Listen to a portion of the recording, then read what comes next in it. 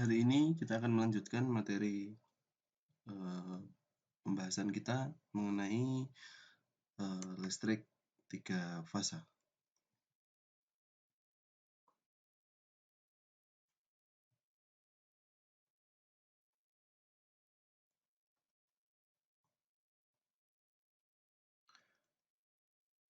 Dalam pembahasan listrik sendiri, gitu ya, definisi dari listrik adalah elektron yang bergerak, gitu ya, memiliki standar yang disebutkan menjadi 3 fasa, gitu ya. Nah, jumlah angka 3 di sini, gitu ya, jumlah angka 3 di sini, apakah memang dia harus 3, apakah bisa lebih dari 3, dan apakah fasa tersebut, gitu ya, fasa ini apa, gitu ya, fasa ini apa yang membedakannya dengan tegangan, apa yang membedakannya dengan frekuensi, dan kenapa bukan 3 frekuensi, kenapa bukan 3 tegangan, nanti akan kita bahas di sini. Dalam listrik 3 fasa, gitu ya, awal mulanya yaitu listrik memang menggunakan 2 jenis. Yang pertama adalah DC, gitu ya. Yang kedua adalah AC. DC sendiri ini adalah listrik yang bersumber dari elemen kimia, gitu ya. Yang kita tahu ada baterai, ada akumulator seperti itu. Dia adalah merupakan listrik pertama yang ditemukan, gitu ya, dengan menggunakan percobaan elektroda seperti itu, sehingga dia khas menjadi sumber dalam bentuk arus arah. Nah, di sini, gitu ya, sumber dari elemen kimia ini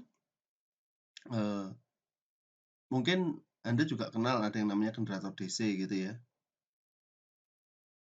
Nah, generator DC ini sebetulnya dia adalah generator bolak-balik yang disearahkan menggunakan komutator, gitu ya. Jadi sebetulnya yang dihasilkan dalam generatornya ini pun sebetulnya adalah AC. Baru nanti ada alat atau komponen komutator yang nanti akan mengarahkan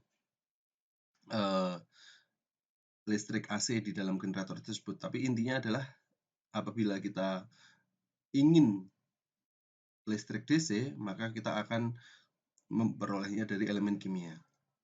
Untuk listrik AC, gitu ya, listrik AC ini didapatkan dari generator AC, gitu ya, generator AC yang sifatnya dia memiliki adalah GGL, gitu ya, gaya gerak listrik, atau EMF, electromagnetic force, electromotive force, gitu ya, electromotive force, maaf.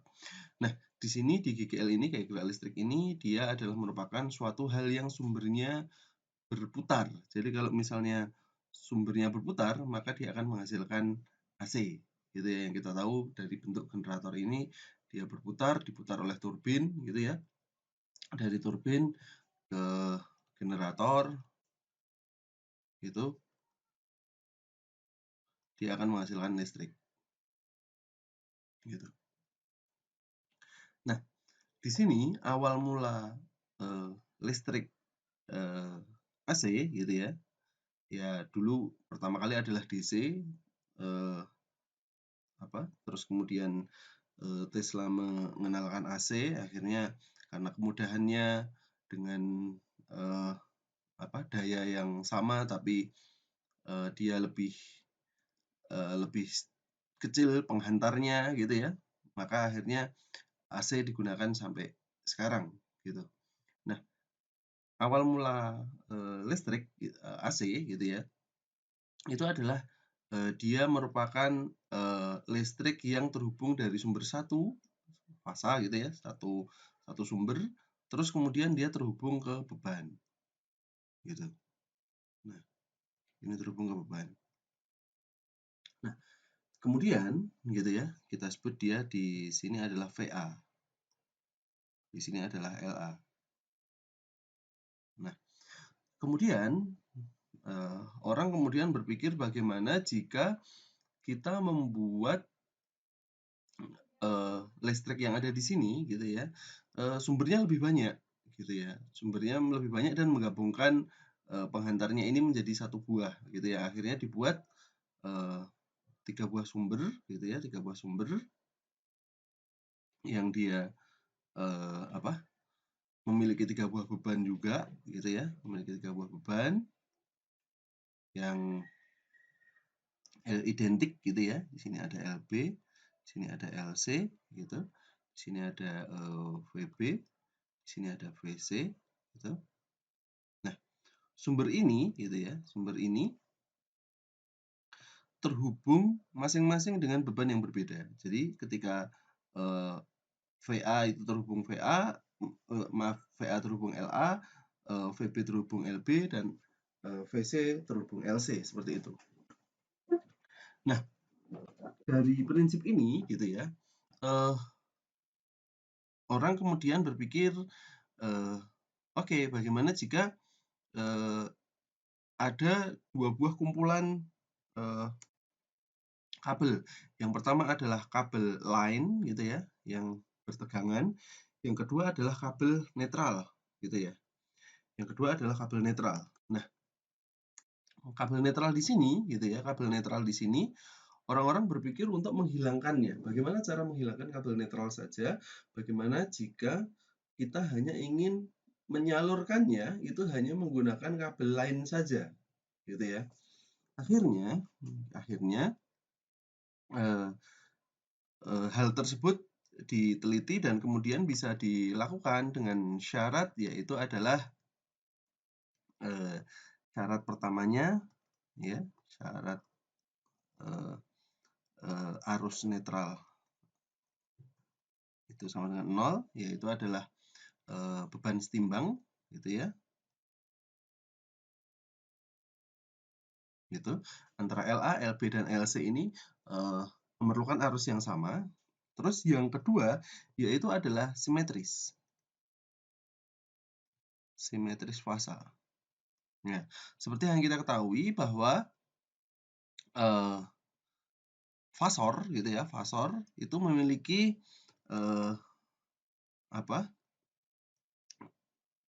sudut 360 gitu ya. Kemudian ketika dia simetris gitu ya, maka dipilih mau berapa yang paling memudahkan gitu ya. Kalau misalnya 2, simetrisnya berarti 180 gitu ya, saling menghabiskan. Nah, karena 2 tidak efisien gitu ya, akhirnya dipilihlah 3 gitu. Karena bisa lebih besar lagi 3 gitu ya. Bisakah 4? Memungkinkan juga dengan sudutnya yaitu adalah 90 derajat simetrisnya gitu ya. Nah, di sini 120 derajat setimbang gitu ya, simetris fasa, simetris sehingga arus netralnya yang ada di sini itu bisa dihilangkan gitu ya. Bisa dihilangkan. Sini. Nah, dari penghilangan arus netral yang ada di sini gitu ya, dari penghilangan arus netral yang ada di sini gitu, kita menghemat saluran gitu ya, karena ini bisa terhubung langsung yang ada di sini, ini terhubung dengan dirinya sendiri gitu ya, ini terhubung dengan dirinya sendiri gitu ya, sehingga tidak ada arus yang mengalir di netral. Tapi syaratnya ada 2 ini, bebannya setimbang dan dia simetris. Oh iya, ada juga syarat yang ketiga yaitu adalah tegangannya sama. Tegangan sama antara VA, VB dan VC. Nah, karena syaratnya dari arus nol ini di netral ini adalah fasa gitu ya, bukan frekuensi, bukan tegangan gitu ya, dan bahkan tegangannya diminta sama, fasanya pun boleh berbeda. Akhirnya digunakan fasa untuk pengenal masing-masing dari sumber yang ada di sini gitu ya, sumber yang ada di sini. Sumber yang ada di sini ini kita VA itu memiliki fasa 0 gitu ya. VB memiliki fasa 120 gitu ya. VC itu memiliki fasa 240 atau minus 120 gitu ya. Sehingga penggunaan listrik 3 fasa di sini ya itu kita menyepakatinya, kesepakatannya itu menggunakan listrik 3 fasa. Nah, pertanyaan selanjutnya, apakah memungkinkan tadi kalau misalnya 4 fasa, 6 fasa, 9 fasa? Sangat memungkinkan sekali gitu ya, sangat memungkinkan sekali. Kalau misalnya kita lihat gitu ya, kita lihat bahwa dalam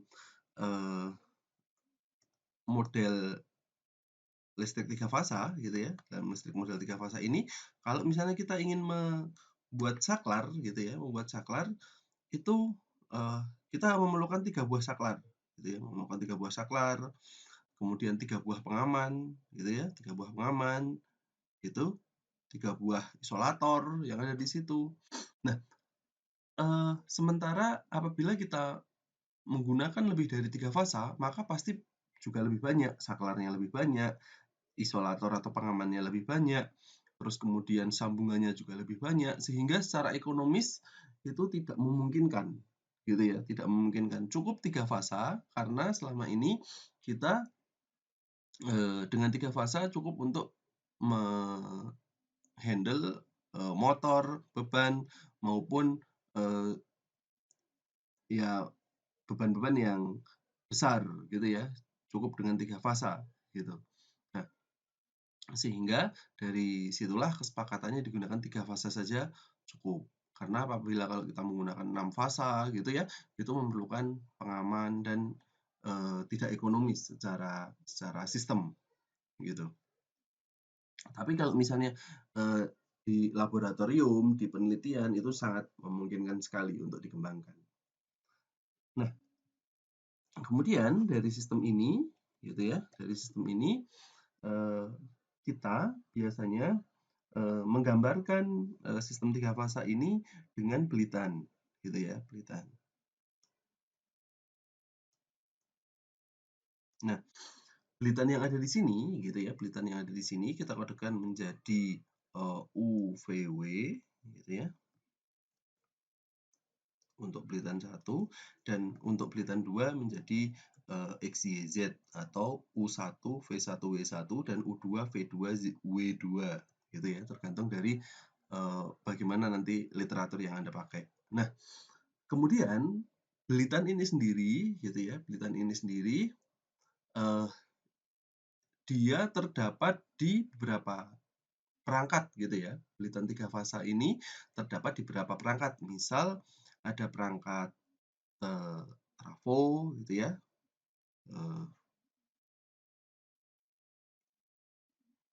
Ini saya gambarkan untuk inti dari trafo, kira-kira bentuknya seperti ini gitu ya. Kita gunakan warna lain untuk di sini adalah fasa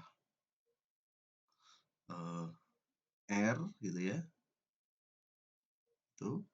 Terus kemudian di sini ada fasa S gitu ya, standar wheel merah, kuning gitu dan hitam gitu ya. Yang belitan yang ada di sini. Di sini kita tidak melihat dulu apakah dia step up atau step down ya. Ini kita lihat dia trafo saja. Nah, di sini dia punya 6 kabel keluaran gitu ya, 6 kabel keluaran. Nah, misal kita konfigurasikan, nanti akan kita bahas setelah ini, yaitu misal dia delta gitu ya. Delta maka star misal star tadi star ya kita tinggal sambungkan di sini gitu ya. Kita sambungkan dia ke sini gitu. Nah, maka kemudian nilai UVW-nya itu yang ada di sini. UVW gitu. Sedangkan yang XYZ-nya ini dihubungkan hubung singkatkan X, Y, Z. Ini di sisi primer.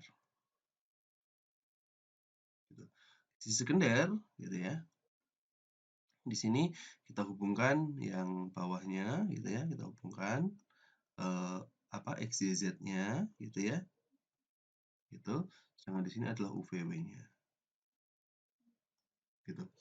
Nah, sehingga biasanya nanti kita punya konfigurasi trafo yaitu adalah delta star seperti itu. Gitu. Ini kira-kira bentuknya sekian.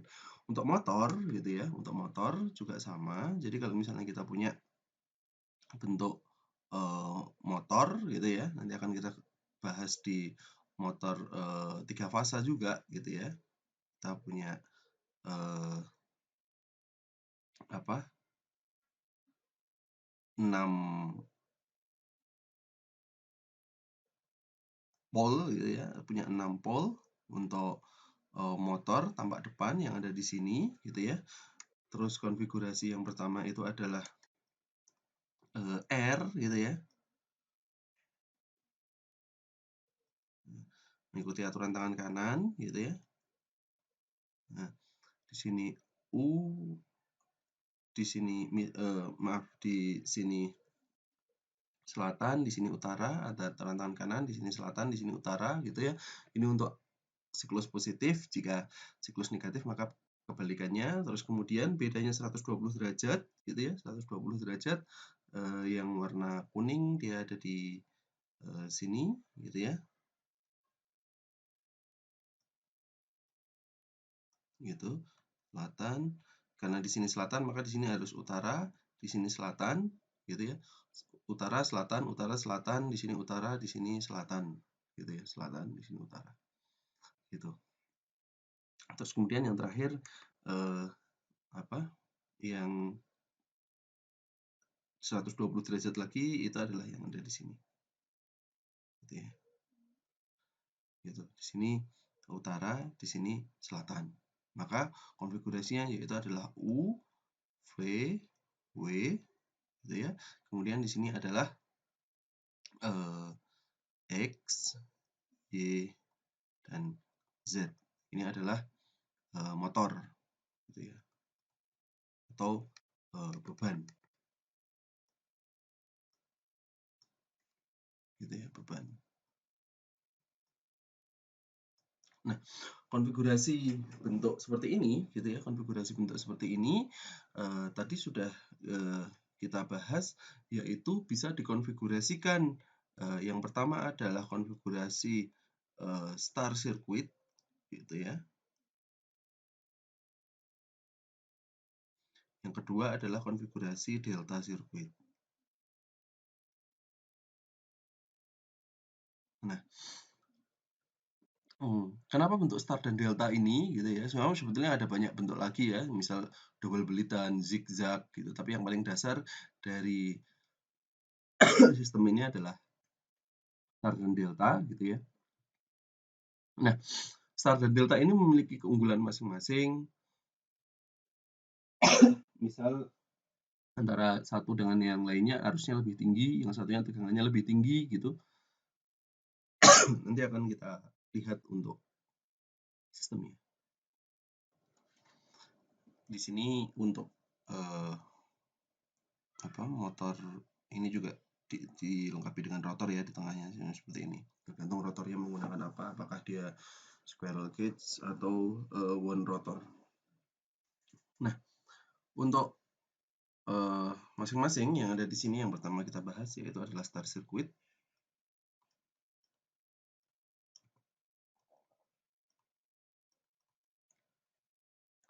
Bentuk star ini gitu ya, dia memiliki kekhasan yaitu memiliki netral di tengahnya. Ini misalnya tadi belitan yang ada di sini gitu ya. Nah, bentuk star yang ada di sini apabila kita membuat dia urutannya adalah positif gitu ya, urutan simetrisnya adalah positif, maka di sini adalah fasa A gitu ya atau R gitu. Terus kemudian di sini fasa B gitu ya. Terus kemudian di sini fasa C gitu ya, searah jarum jam. Gitu. Tapi pemahaman simetris nanti sebetulnya dia akan berputar berlawanan arah jarum jam dengan pada satu titik tertentu gitu ya. Tapi untuk lebih cepatnya kita pahami aja bahwa urutan positif itu A, B, C yang ada di sini. Gitu. Terus kemudian di sini kita punya netral yang menjadi ciri khas dari bentuk star ini, gitu ya. Star ini dia juga menamakannya mungkin hubungan bintang atau hubungan Y gitu ya. Karena apa? Hubungannya Y terbalik gitu ya. Jadi namanya mungkin ada yang menyebutnya Y atau bintang gitu. Nah, di sini dia punya nilai gitu ya, GGL yaitu adalah EAN gitu, EAN antara GGL antara A dan N gitu ya. Terus kemudian ada EBN hubungan B ke N, terus kemudian ECN. Artinya di sini fasa yang potensial yang ditunjukkan panah di atasnya ini lebih tinggi daripada yang ada di bawahnya gitu ya. Terus kemudian di sini kita punya apa? Arus ya, ada IA gitu, arus yang masuk ke dalam fasa A, terus kemudian IB gitu, arus yang masuk ke dalam fasa B gitu, terus kemudian IC, yaitu adalah arus yang masuk ke dalam fasa C gitu. Nah, di sini masuk apabila dia fungsinya adalah sebagai beban. Tapi kalau misalnya sebagai pembangkit, maka arusnya tentu saja dia akan keluar. Gitu. Nah, bentuk yang ada di sini gitu ya, kita namakan antara EAN, EBN dan ECN gitu ya. Ini namanya adalah tegangan fasa.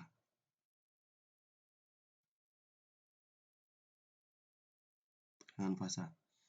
Sedangkan untuk EAB gitu ya, EAB gitu, EAB berarti dari A atas ini ke B gitu ya, berarti melewati dua buah kumparan gitu ya. EAB, EBC, ECA ini kita namakan tegangan line. Gitu ya, tegangan line. Nah, di sini antara bentuk star ini antara tegangan line dan tegangan fasanya itu berbeda nilainya. Seperti yang kelihatan karena ada netralnya berarti kan antara EAN dan EBN di sini EBN dan EAN sama tegangannya.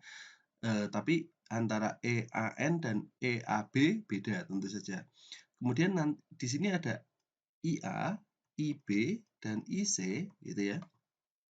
Ini arusnya sebetulnya yang ada di sini ini adalah arus yang melewati line. Yang ada di sini ini melewati line gitu ya. Namanya arus line. Nah, arus yang melewati di sini gitu ya, arus yang melewati di sini ini namanya arus fasa. Gitu ya, arus yang melewati kumparan ini arus fasa.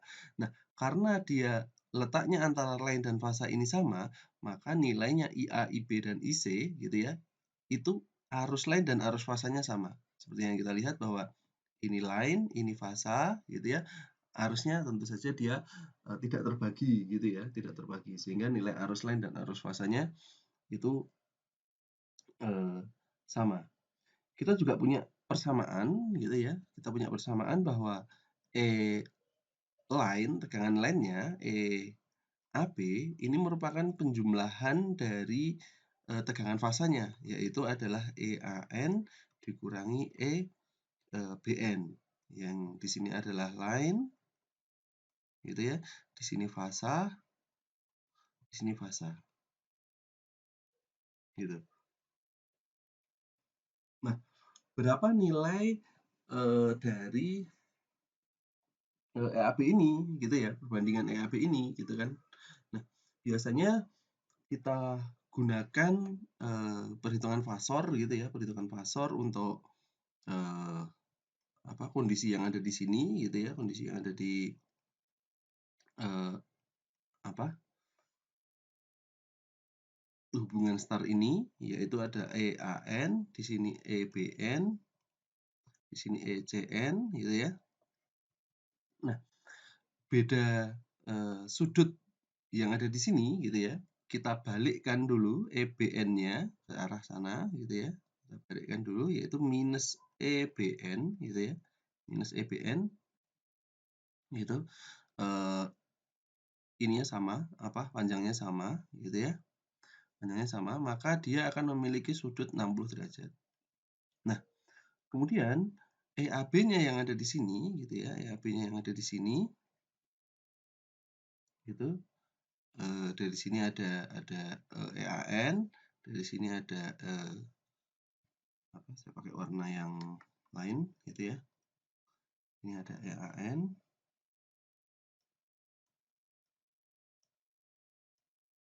Ini ada EBN gitu ya.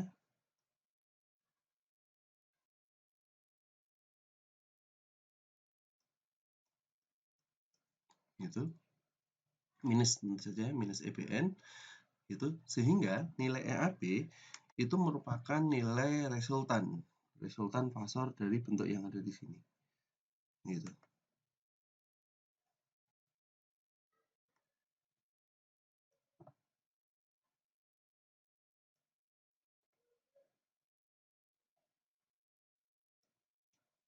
Ini adalah EAB. Gitu ya. Dengan sudut di sini adalah 30 derajat. Gitu EAB.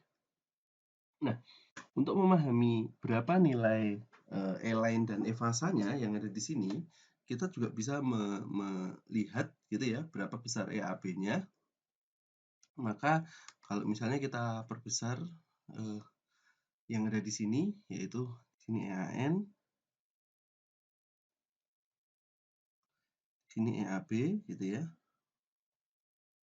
minus EAB, minus EBN, maka nilai yang ada di sini yaitu adalah EAB.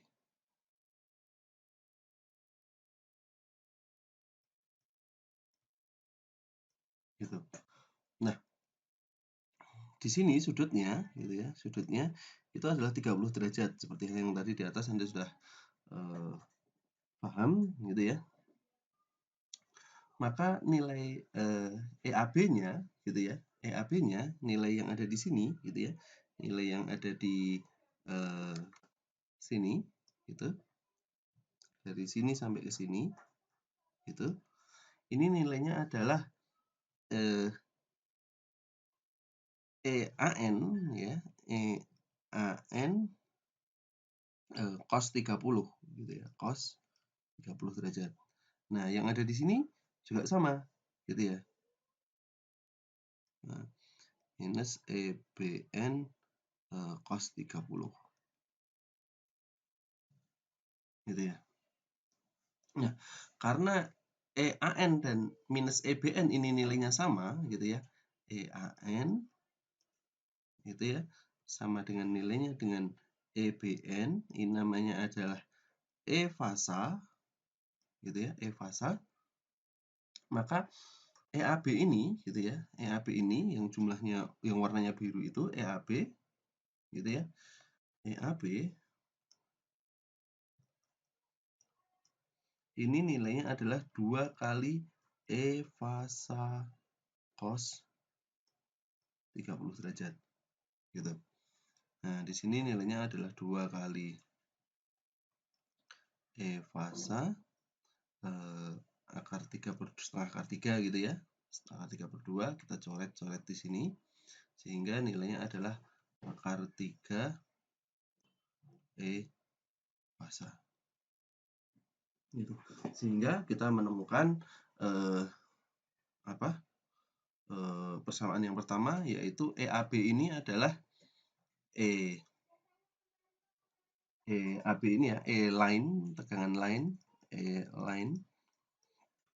E-line yaitu adalah E-line ini nilainya adalah akar 3 dari E-fasa. Sedangkan untuk arusnya baik line maupun fasanya yaitu sama gitu. Nah, kemudian untuk yang kedua yaitu adalah delta sirkuit.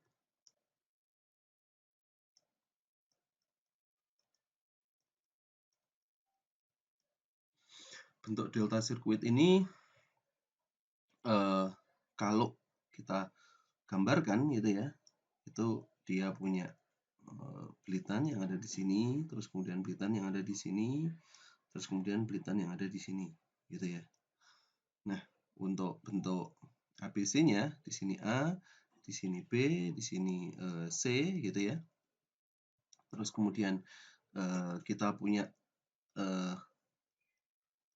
EAB, gitu, EBC, yang di sini ECA, gitu. Nah, kemudian tidak lupa juga di sini kita gambarkan yaitu ada IA, terus kemudian ada IAB, di sini ada yang masuk juga ya, IB, di sini ada IBC, yang di sini ada ICA, yang di sini ada IC, gitu ya. Maka kita akan melihat bahwa tegangan line yang ada di bentuk delta ini, line, gitu ya, ini sama dengan fasa, gitu. Yang dari gambar ini sudah kelihatan. Tegangan lainnya A ke C, yaitu juga tegangan fasanya ya sama, dari A ke C, tegangannya sama.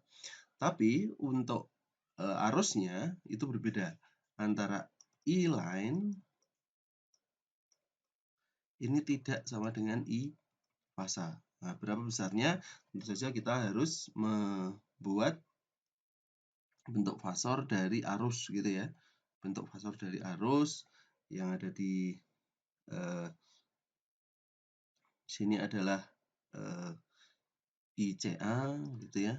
ICA, terus kemudian IBC, yang di sini IAB gitu. Nah, dari sini juga sama, kita buat fasor seperti halnya yang ada di sana gitu ya. Di apa tadi? Di star untuk bentuk tegangannya gitu ya, sehingga kita menemukan bahwa I line gitu ya, ini adalah sama dengan 2 kali I fasa cos 30 gitu ya, sehingga kita menemukan I line gitu ya, ini nilainya adalah akar 3 dari I fasa gitu. Nah,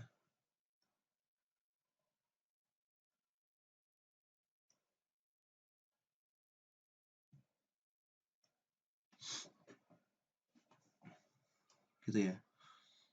Nah, dari bentuk yang ada di sini gitu ya, kita tahu bahwa bentuk delta itu I line dan I fasanya berbeda. Jadi kalau I fasa itu kaitannya dengan I yang ada di belitan gitu ya. Kalau I line itu adalah I yang masuk ke dalam beban secara keseluruhan gitu ya.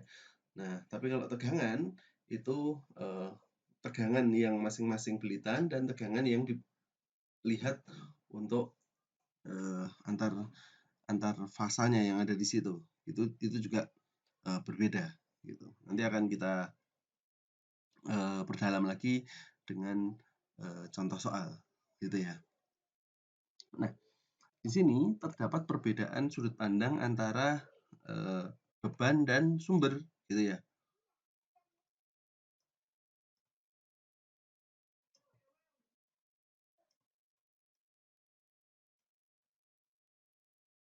Nah, pada sumber gitu ya, pada sumber bentuk delta gitu ya. Kita gambarkan dulu untuk bentuk delta.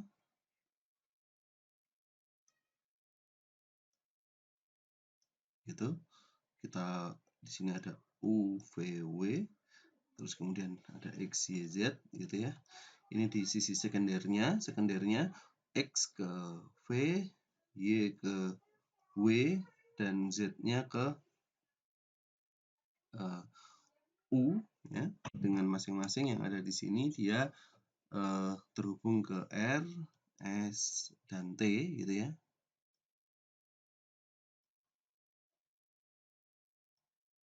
Berarti U-nya ke R, V-nya ke S, W-nya ke T gitu. Nah, bentuk seperti ini gitu ya, bentuk delta yang ada di sini itu akan menghasilkan tegangan keluaran, yaitu adalah biasanya untuk standarnya yaitu adalah 380 volt gitu.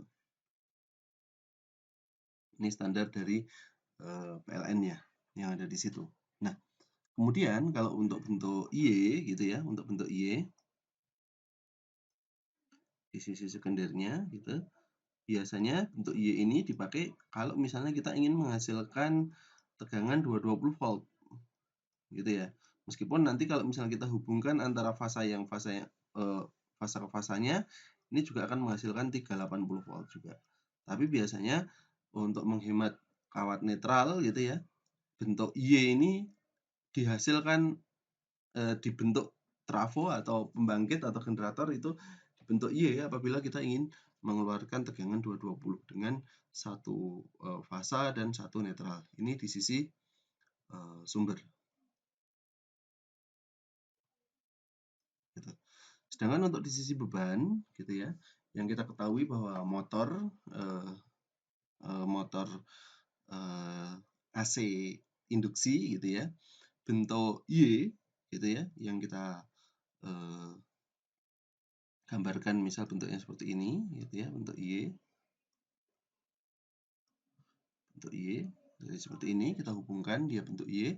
Nah, di sini karena dia punya dua belitan, gitu ya, maka listrik yang diperlukannya itu adalah 380 volt. Gitu. Untuk tegangan standar PLN 220 volt. Gitu ya. Maka dia PLN fase 1 netralnya 220 volt. Untuk fase 1 fasanya 380 volt. Gitu.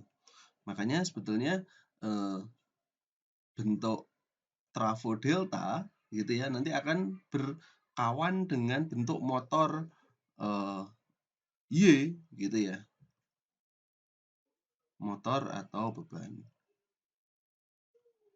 Nah, kebalikannya apabila kita punya bentuk belitan delta gitu ya. Itu bentuk belitan delta. Nah,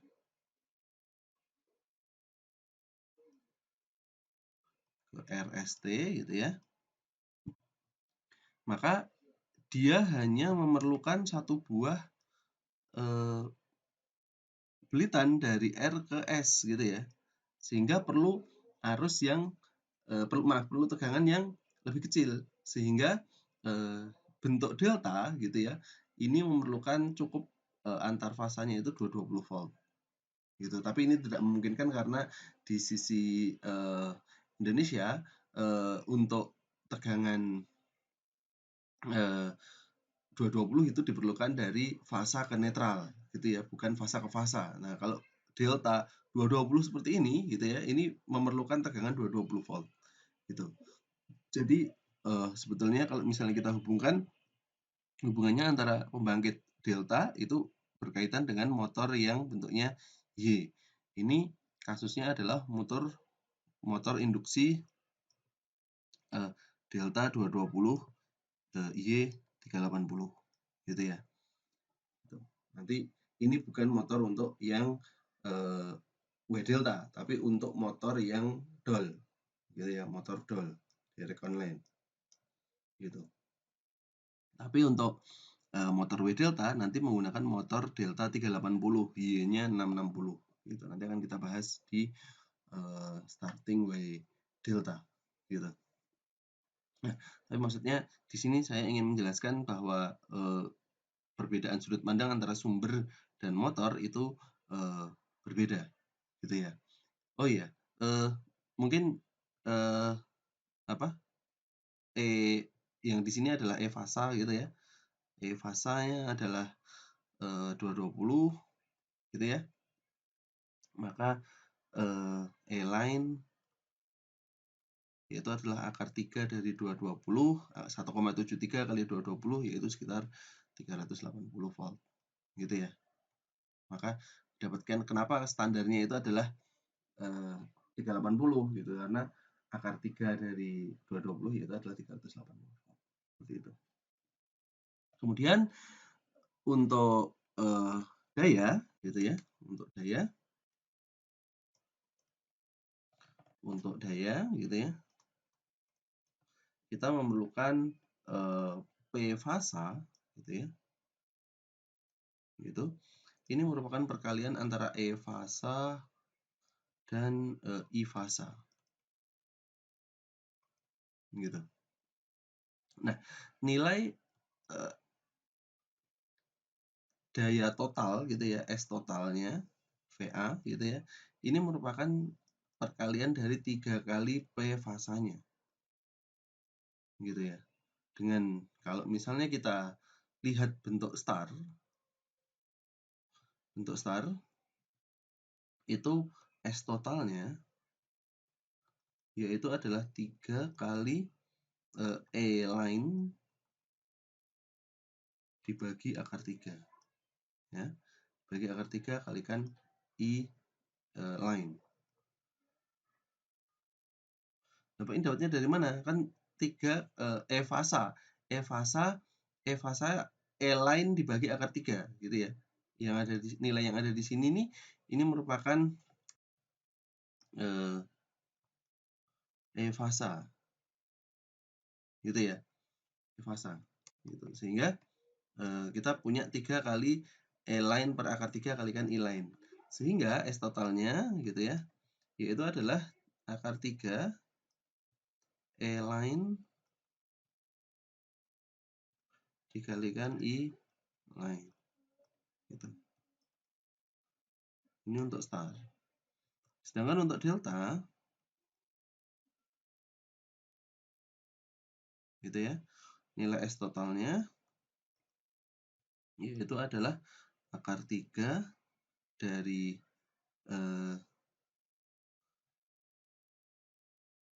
E fasa gitu ya. E line, maaf, E line. Ini sama I line I fasanya gitu ya. I fasanya yaitu adalah I fasa dibagi akar 3. Gitu. Ini bukan akar 3, tapi di sini adalah 3. Gitu. Sehingga kalau kita tunjukkan hasil akhirnya, yaitu S totalnya yaitu adalah akar 3 E line dikalikan I line. Nah, dari sini gitu ya, kita punya kesimpulan bahwa baik dia mau dibentuk Y maupun delta itu tidak mempengaruhi serapan dayanya. Kebutuhan dayanya sama gitu ya. Beban yang ada di situ baik dia mau dibentuk Y maupun dibentuk delta, kebutuhan dayanya sama, yaitu akar 3 E line kalikan I line. Itu S. Mungkin nanti kalau Anda cari P-nya, Anda tinggal tambahkan cos Pi. Berarti P sama dengan akar 3 E line kalikan I line kalikan cos Pi gitu ya. Nanti setelah ini akan kita bahas. Nah, dari situ kita lihat bahwa mau dia dikonfigurasikan Y maupun delta gitu ya, yang berbeda itu hanya arus dan tegangannya saja yang berbeda. Yang satu lebih tinggi daripada yang lain gitu ya. Tapi untuk dayanya akhirnya ujung-ujungnya yaitu sama. Jadi tidak ada perbedaan motor konfigurasi Y maupun motor konfigurasi delta itu dayanya tetap sama, baik yang dihasilkan maupun yang dikeluarkannya. Motor 1 HP konfigurasi Y tetap ngeluarin 1 HP. Motor 1 HP konfigurasi delta juga sama, tetap akan mengeluarkan daya 1 HP. Kebutuhan dayanya juga sama 1 HP gitu ya. 1 HP, yang satu HP dalam bentuk elektrik, yang satu HP dalam bentuk mekanik. Gitu. Kemudian untuk power factor tadi yang saya bahas yang ke 5 ya. Gitu.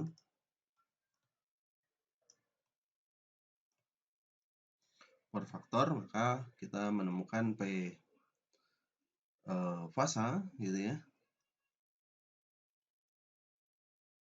Itu sama dengan E fasa kalikan I fasa kalikan cos pi. Gitu ya. Maka dengan P total, maaf S total gitu ya, yaitu adalah 3 kali P fasa, maka P totalnya gitu ya, yaitu adalah akar 3 E lain kalikan I lain dikalikan cos pi gitu. Nah, di sini yang perlu diingat bahwa kondisi beban gitu ya, itu harus setimbang gitu ya.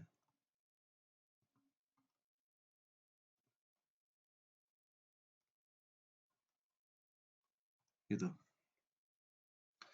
Karena apabila dia tidak setimbang gitu, maka akan menyebabkan adanya arus pada netral gitu ya. Sehingga kalau misalnya kita bentuk, misal salah satu konfigurasinya adalah bentuk Y gitu ya. Itu seperti yang sudah pernah saya gambarkan bahwa di sini adalah I line sudut 0 gitu ya. Terus kemudian di sini adalah I line sudut minus 120 derajat, ini yang C gitu ya. I line-nya yang C. IB-nya yaitu adalah I line sudut 120 derajat. Gitu ya.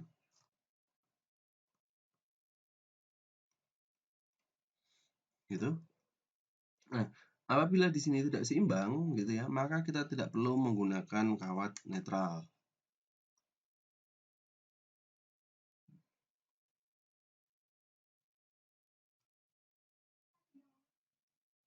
Kawat netral.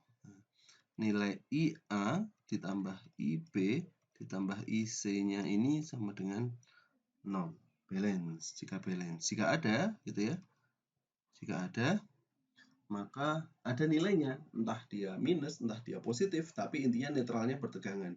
Ini biasanya netral biasanya terhubung ke body atau ke ground, sehingga menyebabkan entah casing dari motor tersebut bertegangan atau dihubungkan ke pagarnya jadi bertegangan, atau dihubungkan ke perangkat rod gitu ya, batang rod itu juga bertegangan seperti itu. Itu akhirnya kawat netralnya ini menyebabkan ada arusnya. Tentu saja efek buruknya gitu ya, ini menyebabkan ada yang namanya kondisi fasa voltage-nya distorsi gitu ya.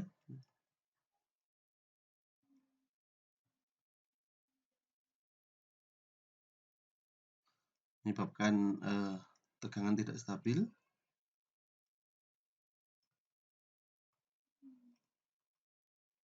Jika tidak seimbang ya.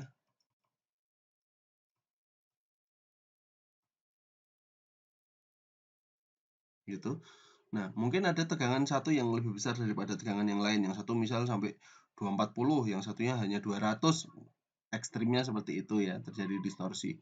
Terjadi turun naik tegangan juga gitu ya. Gitu. Nah, caranya sebenarnya ya bisa saja biar tegangannya normal lagi gitu ya, biar 220 misal standarnya atau 380 standarnya gitu. Tinggal kita hubungin saja kawat netralnya ini ke pembangkit netralnya yang ada di pembangkit sana gitu ya. Itu aja juga kalau misalnya pembangkitnya konfigurasinya Y. Tapi kalau misalnya konfigurasinya delta nggak ada netral dia.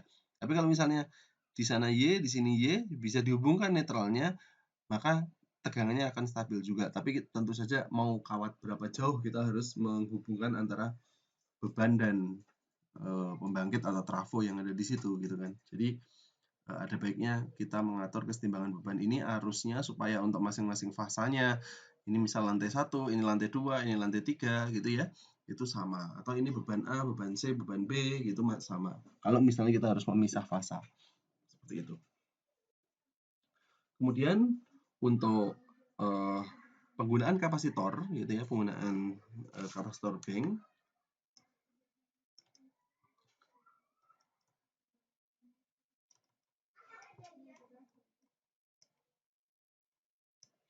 Kemarin sudah kita bahas konfigurasinya adalah paralel gitu ya.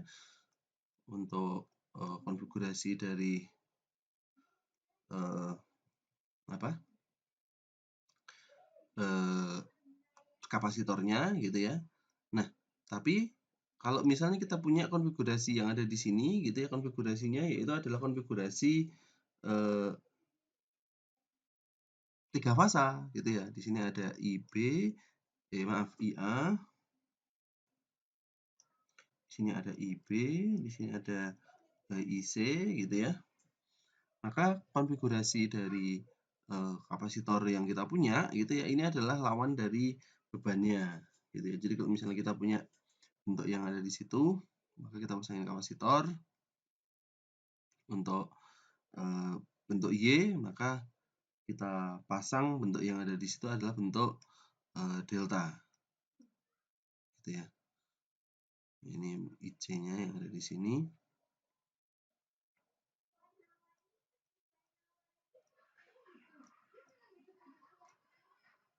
Gitu.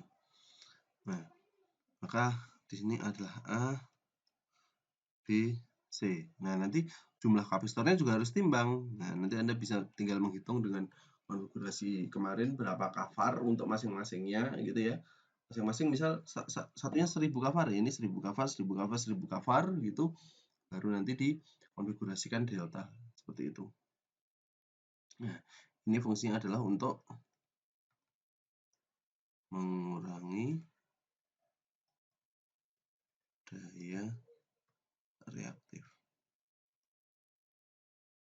Jadi ya, contoh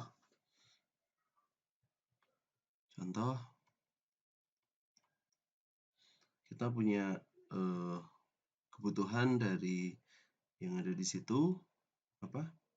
Kita punya key line gitu ya. Di sini ada, saya tuliskan saja di sini key line gitu. Nah, kita akan menghubungkan satu di line-nya itu dengan kapasitor bank yang ada di sini. Saya gambar sketsanya saja gitu ya. Terus di sini ada motor gitu. Motor yang berputar. Motor.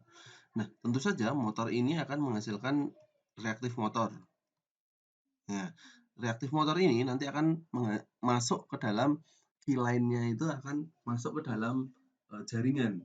Nah, kalau misalnya terlalu besar, makanya tadi seperti yang saya sampaikan kemarin, kita harus membayar ke PLN karena mengurangi power faktornya. Nah, kita akhirnya harus menambahkan kise-nya. Berapa kise yang harus kita tambahkan yang ada di situ? Asumsinya misal di sini adalah 4 kV gitu ya, 4000 volt. Terus 3 fasa. Terus kemudian kapasitor yang digunakan masing-masing yaitu adalah 1800 kvar. Untuk motornya sendiri yaitu adalah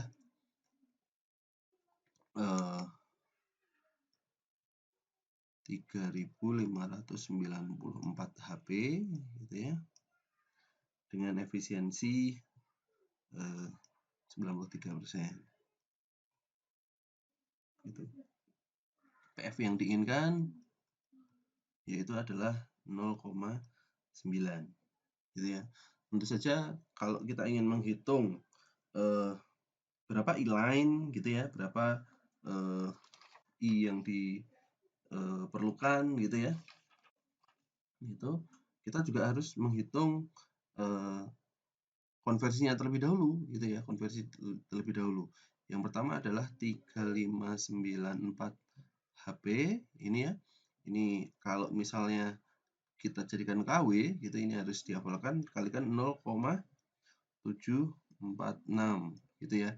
Mungkin ada beberapa literatur yang 0,76 sekian gitu ya. Itu literatur Eropa dan Amerika saja beda gitu ya. Jadi kalau misalnya yang kita pakai Eropa 746 gitu. Kalau Amerika mungkin 76 berapa sekian, ada yang mungkin distandarkan 75, tidak ada masalah. Karena ini hanya perkiraan saja, sehingga kita punya motornya yaitu adalah 2681 kW. Gitu ya. Kemudian untuk payload-nya total gitu ya. Maka ini 2681 dibagi efisiensinya berapa tadi? 93%, yaitu sekitar 2883 kW. Gitu. Kita punya PL-nya 2883 kW. Nah, kemudian dari situ gitu ya, kita punya S ya, S yaitu adalah P dibagi cos pi 0,9 yaitu adalah 2883 gitu ya. 2883 PL ya tadi dibagi 0,9, maka S-nya adalah 3203 kVA gitu. Nah, dengan segitiga daya kita tahu bahwa kebutuhan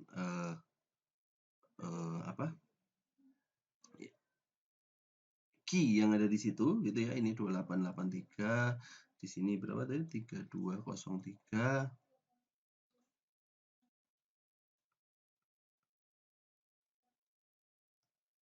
3203, di sini ada nilai cos pi-nya gitu ya.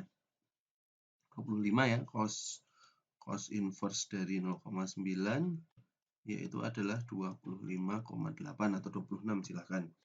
Sehingga kita perlu Ki yaitu adalah sebesar 3203 kuadrat dikurangi 2883 kuadrat sehingga nilai Q-nya yaitu adalah 1395 kvar. Gitu ya. Dari situ kalau misalnya ditanyakan berapa kapasitor yang dibutuhkan, Anda bisa langsung menghitung dari situ. Nah, tapi Q ini adalah Q motor gitu ya. Masih Q motor. Q motor adalah Q yang dikeluarkan motor gitu ya. Karena Q yang dikeluarkan motornya ini adalah sifatnya induktif gitu ya, maka ini kita tahu bahwa ini lagging gitu ya, lagging karena motor induktif gitu ya, sehingga kita tahu bahwa Q kapasitor gitu ya, Qc gitu nilainya langsung aja, oh leading kan, minus 1800 kvar. Lebih cepatnya saja seperti itu, kita gunakan pengertian cepatnya sehingga Q line yang masuk ke line itu adalah sekitar 1800 gitu ya, karena sifatnya ini adalah leading gitu ya, ditambahkan dari laggingnya yaitu adalah 1395, boleh dibalik 1395 kurangi 1800 gitu ya, sama saja. Nah, di sini negatifnya ini muncul karena dia sifatnya leading gitu ya, sedangkan 1395 ini sifatnya lagging gitu ya. Nah, ternyata hasilnya adalah minus 405 kvar, atau kita tulis 405 kvar tapi sifatnya leading, boleh gitu ya, leading boleh seperti itu. Nah, apabila kita ingin menghitung S line gitu ya, S line itu 4 ya, maka kita tinggal menambahkan saja yang ada di situ, P-nya sama 2883 kuadrat ditambah 405 kuadrat gitu ya. Nilainya adalah 2911 kVA. Ini S yang masuk ke line sehingga I-line-nya yaitu adalah S line dibagi akar 3 E line. S line-nya yaitu adalah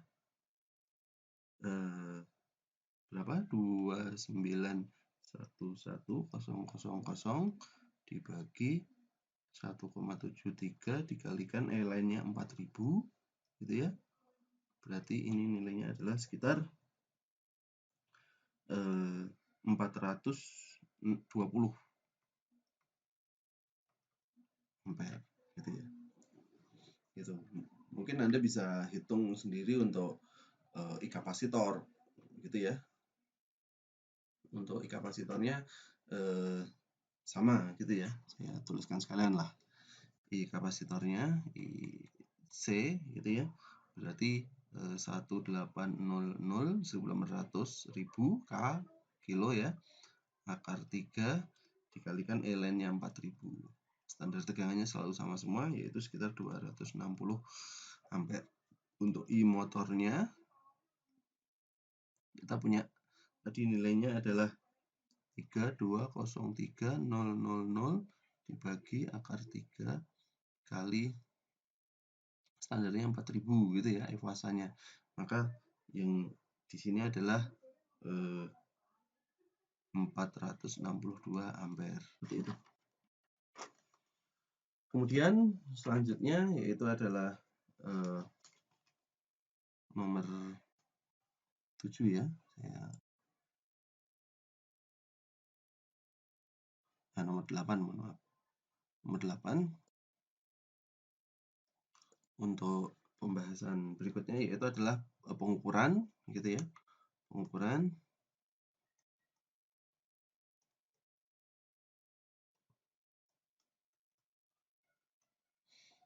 tiga fasa. Nah, di sini kita bisa menggunakan yang pertama menggunakan osiloskop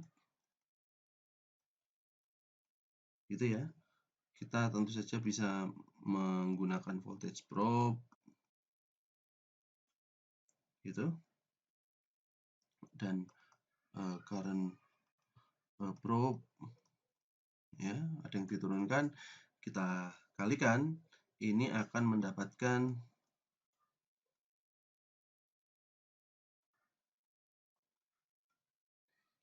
E line gitu ya, E line, I line, terus kemudian dan fasa antara E dan I gitu ya. Oh ya, di sini saya ingin menyampaikan bahwa kalau E itu ya, E ini GGL gitu ya. Ini ditimbulkan oleh sesuatu yang bergerak. Jika V gitu ya, tegangan ini umum. Tegangan ini bisa DC, bisa AC, bisa dari bahan kimia, bisa dari GGL gitu ya. Sebetulnya sama saja. Kenapa namanya E, Pak, bukan V gitu? Maksudnya di sini adalah gaya gerak listrik. Karena biasanya listrik AC itu dihasilkan oleh sesuatu yang bergerak tadi yang saya katakan di awal ya, makanya namanya GGLE gitu. Kalau umum gitu ya, DC biasanya itu adalah V gitu. Itu penamaan saja, tapi maksudnya sama, yaitu adalah beda potensial gitu, sama. Dengan untuk yang kedua, pengukuran daya gitu ya.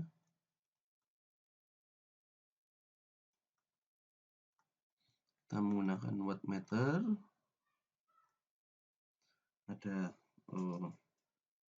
dua metode, yaitu adalah metode 3 kawat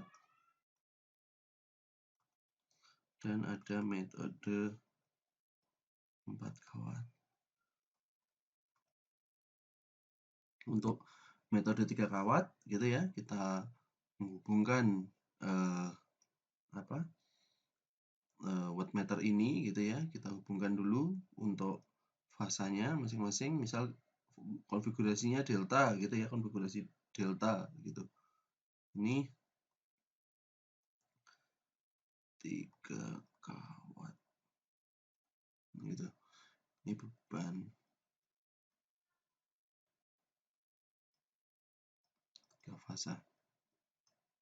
Nah, maka kita hubungkan wattmeternya gitu ya. Di sini wattmeter, yang satu adalah probe untuk arus gitu ya. Kita hubungkan dengan probe arus gitu. Yang satunya adalah probe tegangan gitu, yang satu terhubung ke sini, yang satu terhubung ke, saya pakai warna yang berbeda supaya tidak membingungkan gitu ya. Nah, ini adalah misal positifnya, di sini negatifnya gitu ya, salah satu, tapi yang kita lihat sebenarnya bukan positif atau negatifnya, tapi beda potensialnya saja gitu ya. Sedangkan untuk yang satunya juga sama, itu ini wattmeter juga gitu ya. Yang satu kita hubungkan ke sini gitu. Yang satu kita hubungkan ke satu titik ini, yang satu lagi dihubungkan ke titik yang sama gitu. Jadi ini referensi, salah satu fasanya kita jadikan referensi gitu ya. Sehingga untuk fasa A, fasa B, fasa C gitu ya, kita menemukan bahwa P totalnya itu adalah W1 ditambah W2. Hasilnya yang ada di situ berapa?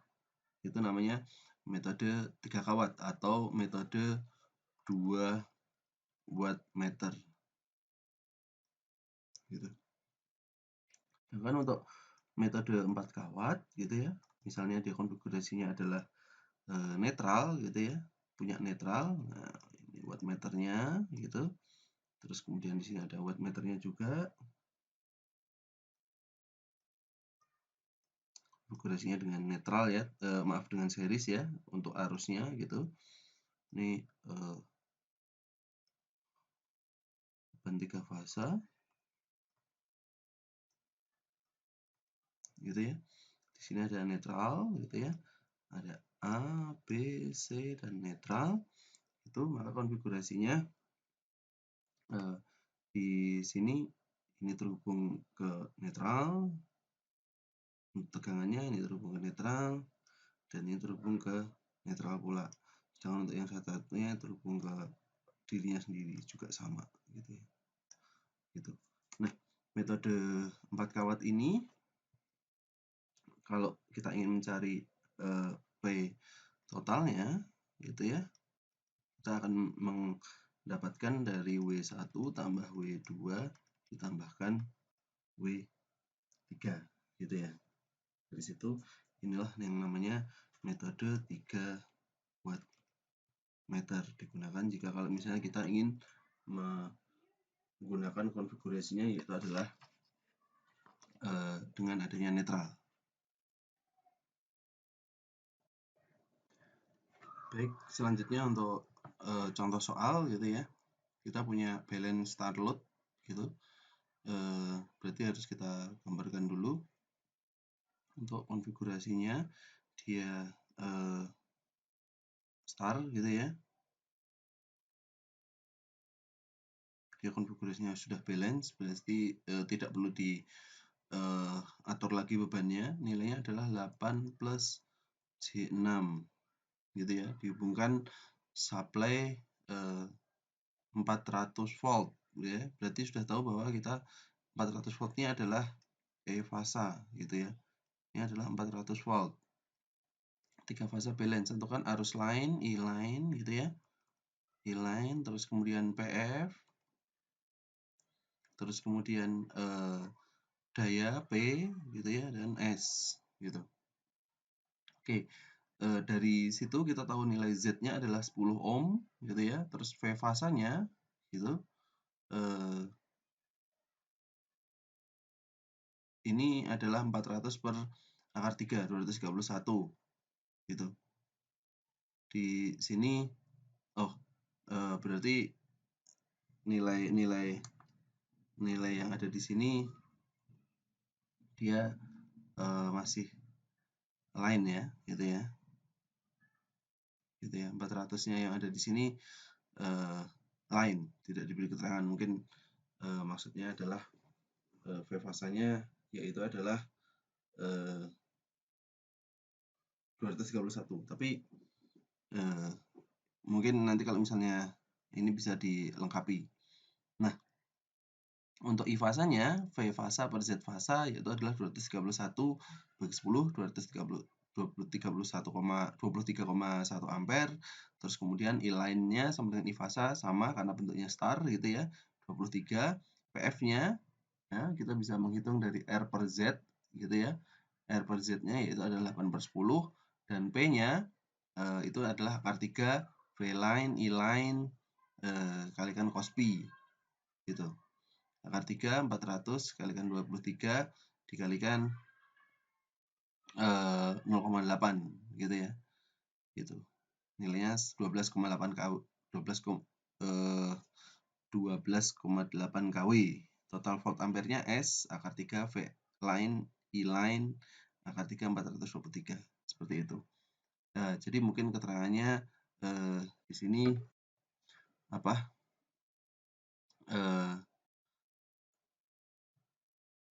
Saya berikan kepada supply V line gitu ya. Dengan line 400 volt. Seperti itu. Jadi mungkin kurang saja yang ada di situ. Baik, itu satu saja untuk contoh soalnya. Tadi sudah juga nanti akan dibahas dengan latihan soal yang lain. Terima kasih.